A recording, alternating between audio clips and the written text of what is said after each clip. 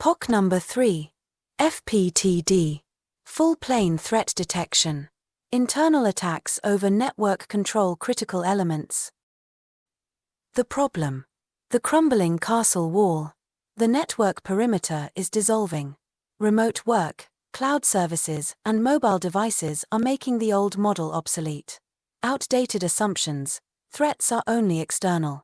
Many attacks now start inside, via compromised credentials, phishing and so on.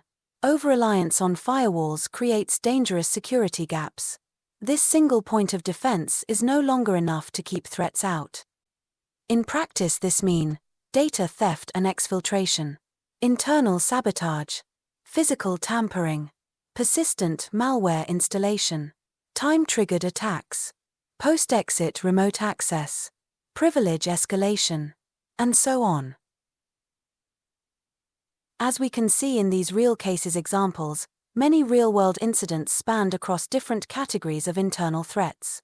This made it essential to incorporate dedicated capabilities in the platform to address them.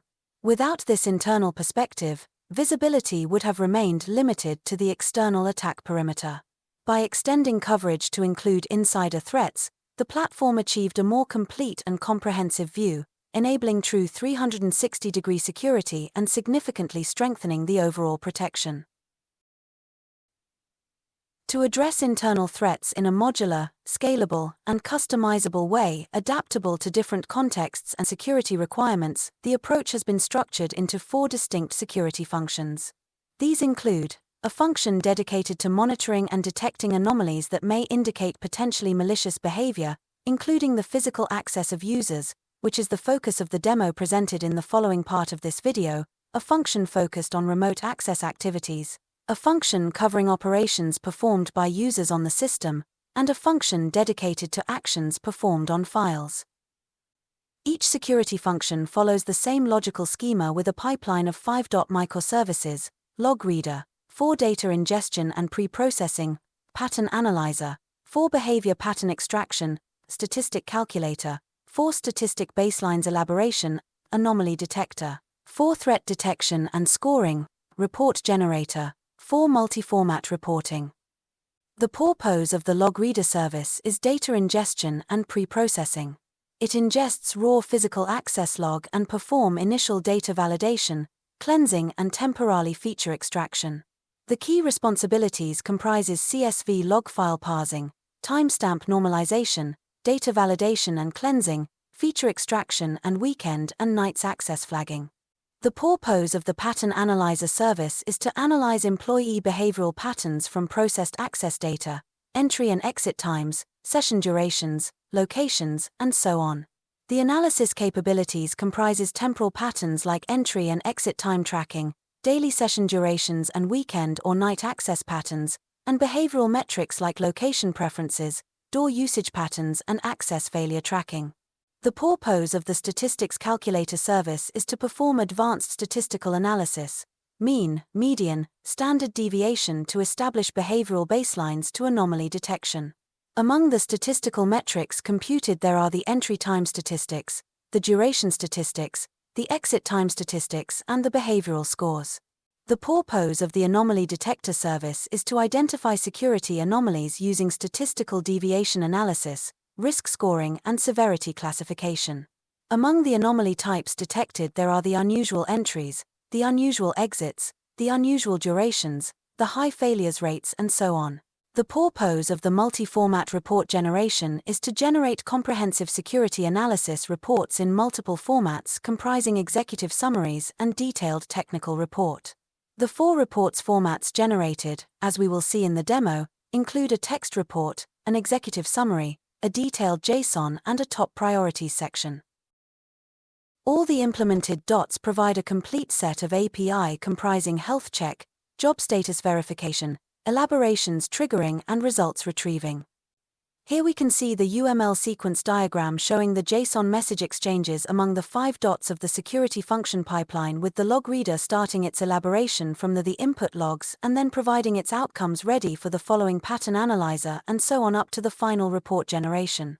Unlike security functions that operate at the outer boundary of the security perimeter, This specific approach, focused on internal threats, starts its analysis from user behavior logs rather than from network parameter monitoring.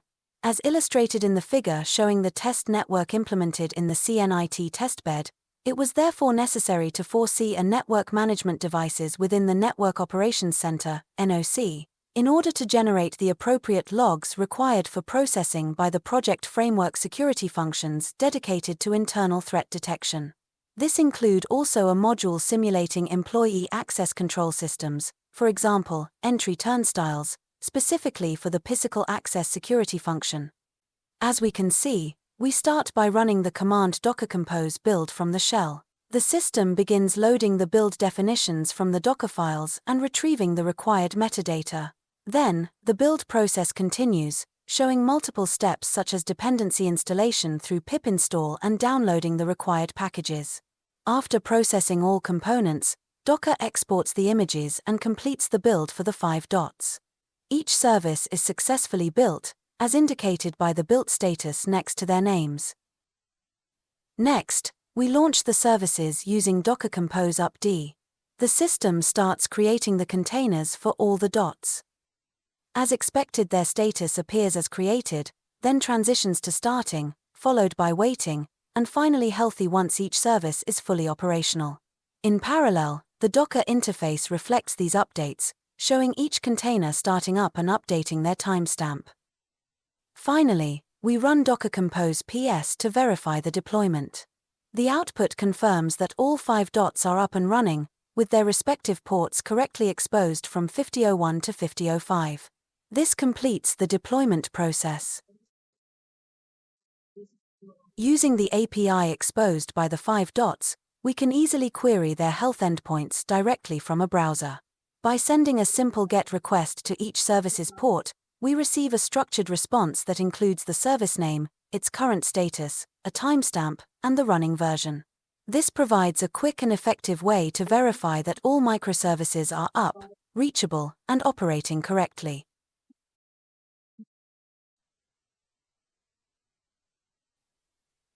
We now launch the execution script for the full pipeline of the 5-dot microservices, which, as we can see, runs smoothly and without interruptions.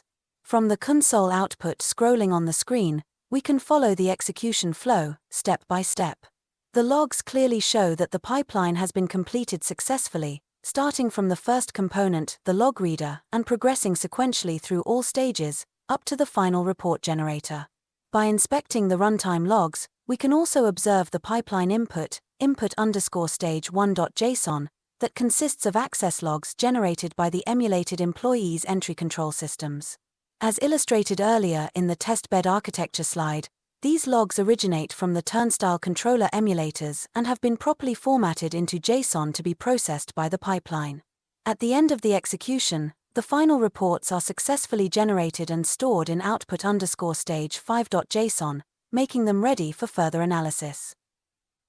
Additionally, all intermediate JSON messages exchanged between the different dot services are preserved.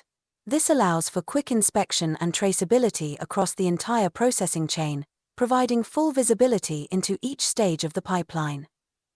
Let's start from the beginning. This is the raw input file, exactly as it comes from the company's access control turnstiles. Each record is straightforward: a timestamp, an employee ID, a badge ID, the action entry or exit, the office location, the door, and the status, success or failed. The dataset covers 200 events over roughly 1 month, across 4 employees and 4 Italian offices: Milan, Turin, Rome, and Naples. The first microservice, the log reader, handles parsing and cleaning. Here we can see the pre-processing statistics: 200 entries processed, 0 errors, 100% success rate. But what's interesting is what gets added to each record. The service enriches every event with derived fields: the hour, the day of the week, and 2 Boolean flags, is_weekend and is_night, which will become relevant in the later stages.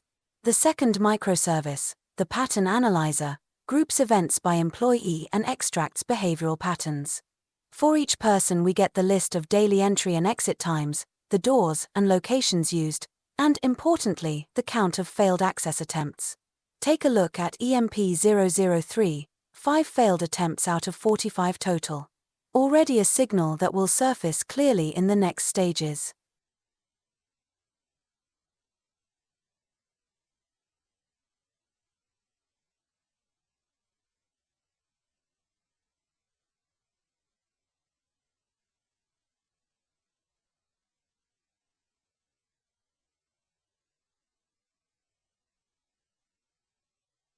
The third microservice computes the statistics. Company-wide, the average entry time is around 11:30, average exit around 15:20, and the average failure rate sits just above 5%. But when we drill down to the individual level, EMP003 stands out, failure rate at 11%, reliability score at 0.88, compared to values between 0.94 and 0.98 for all the other employees. The numbers are starting to tell a story. The fourth microservice is the anomaly detector. It takes the statistics and applies the thresholds, and the verdict is 1 anomaly detected, severity medium, on EMP003. The type is high_failure_rate, an 11.11% failure rate, with 5 failed attempts. The system also evaluates whether immediate action is required, in this case no, but the event is flagged for review. The fifth and final microservice, the report generator, consolidates everything and produces the reports in multiple formats: structured JSON, a priority list, an executive summary, and a full text report. This is the container file. The two human-readable formats are extracted and shown separately in the next two files. The executive summary is designed for management, the full picture in just a few lines. 1 anomaly detected, no critical issues, 1 medium priority flag. The employee under observation is EMP003. Recommended action: continue routine monitoring, no immediate intervention required, but the situation warrants ongoing attention. The full text report is aimed at the security team. 5 sections: general overview, anomaly type breakdown, per employee analysis, detail on the detected anomalies, and here we see the EMP003 case with that 11% failure rate, and finally the operational recommendations: verify badge status, consider reissuing the badge, and investigate whether unauthorized access via a compromised or duplicated badge may have occurred. This concludes our presentation. Thank you for your attention. The links provided in this slide may be useful for following the project's activities or for exploring in more detail the aspects that are of greatest interest to you.